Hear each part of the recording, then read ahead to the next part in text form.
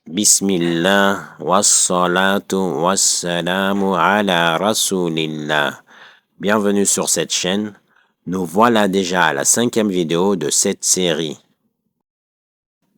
À partir de maintenant, je vais essayer de prouver scientifiquement la véritable origine de la langue malgache. Et pour commencer, je vais parler de ce qu'on appelle la contrainte de la vocalisation de la lettre finale. Alors, c'est quoi? En malgache, tout mot se termine obligatoirement par une voyelle, et cela aussi bien à l'oral qu'à l'écrit. Il n'existe aucune exception pour n'importe quelle consonne, c'est-à-dire qu'un mot malgache ne se termine jamais par une consonne. Exemple, pisou qui signifie chat, nifi qui signifie dent, b qui signifie grand, Sara qui signifie bien. Alors ces 4 mots-là se terminent par une voyelle. Maintenant, concernant les emprunts à d'autres langues, à l'écrit, lorsqu'un mot ne respecte pas cette règle de voyelle finale, c'est-à-dire qu'il s'agit d'un emprunt récent, par exemple ordinateur ou bien film. Cette contrainte de voyelle finale est commune aux langues de l'Océanie et à la quasi-totalité des langues bantoues. Et quand je dis à la quasi-totalité des langues bantoues, ça signifie qu'il existe des exceptions, comme dans les langues Sepedi, Setswana ou bien Sesotho, qui sont parlées plutôt en Afrique du Sud. Alors mettons-nous d'accord que langue d'Océanie ne signifie pas langues austronésiennes et langues austronésiennes ne signifie pas langue d'Océanie. Toutes les langues d'Océanie ne sont pas, ou plutôt n'ont pas été classifiées comme langues austronésiennes, par exemple les langues des aborigènes d'Australie. Et les langues austronésiennes de leur côté sont également parlées en Asie. Lorsqu'un mot étranger se termine par une consonne, il existe 3 procédés pour la faire correspondre à un mot malgache. Soit en rajoutant une voyelle à la fin du mot, soit en inversant le mot, soit en faisant tomber la voyelle finale. En linguistique, c'est ce qu'on appelle respectivement par paragoge, métathèse et apocope.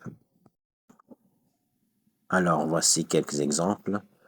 Par paragoge, le mot tien qui signifie maison en noir correspond à traun qui signifie maison en malgache. Le mot etchek qui signifie nous en kalenjin correspond à atika qui signifie nous inclusif en malgache. Par paragoge, toujours, le mot rach qui signifie mauvais en luo correspond à rat qui signifie mauvais ou bien laid en malgache. Le mot ciel qui signifie rhume en tigrinya correspond au mot malgache sir qui signifie rhume. Et finalement, le mot tien qui signifie intestin grêle en noir correspond par paragoge au mot tinaï en malgache qui signifie intestin. Pour correspondre à des mots malgaches, une voyelle finale a été rajoutée. Maintenant, par apocope, c'est-à-dire en faisant tomber une voyelle, une consonne plutôt, mamit qui signifie délicieux en luo correspond à mam qui signifie sucré. Philamen qui signifie au revoir en algérien correspond à veluma qui signifie au revoir en malgache. Et je tiens à faire une remarque que un mot algérien dans la langue malgache n'est pas un intrus parce qu'il existe une similarité entre certains mots de la langue tamazigh avec des mots de la langue malgache. Ensuite, piek, qui signifie coup d'œil en anglais, correspond à pi, qui signifie fermer les yeux en malgache. Tipis, ou bien même manipis dans la langue indonésienne et tagalog, qui signifie mince, correspond à manif, ou bien matif en malgache, qui signifie mince. Et oben en allemand correspond à arbre en malgache. Et pour terminer, voici des exemples de mots correspondant par métathèse. On a iou ou bien ip qui signifie que en luo correspond par métathèse awi ou wini en malgache qui signifie que dans le parler du nord de Madagascar. On a F qui signifie bouche ou bien langue dans les régions de la Corne d'Afrique, qui correspond à Vava en malgache qui signifie bouche. On a Ur qui signifie tête en obine, qui correspond par métathèse à Luha qui signifie tête en malgache. On a Beher qui signifie grand en bilène, une langue de l'Érythrée, qui correspond par métathèse à Leibé qui signifie grand en malgache.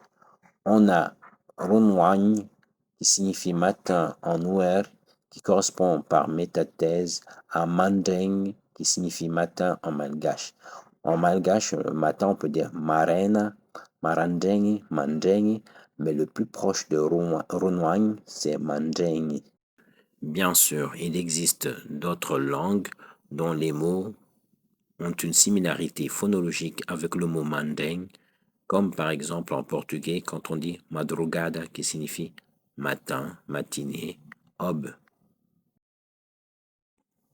Donc en résumé de cette vidéo, les mots malgaches se terminent toujours par une voyelle et pour correspondre à des mots étrangers, soit on utilise le paragoge, soit la métathèse, soit l'apocope.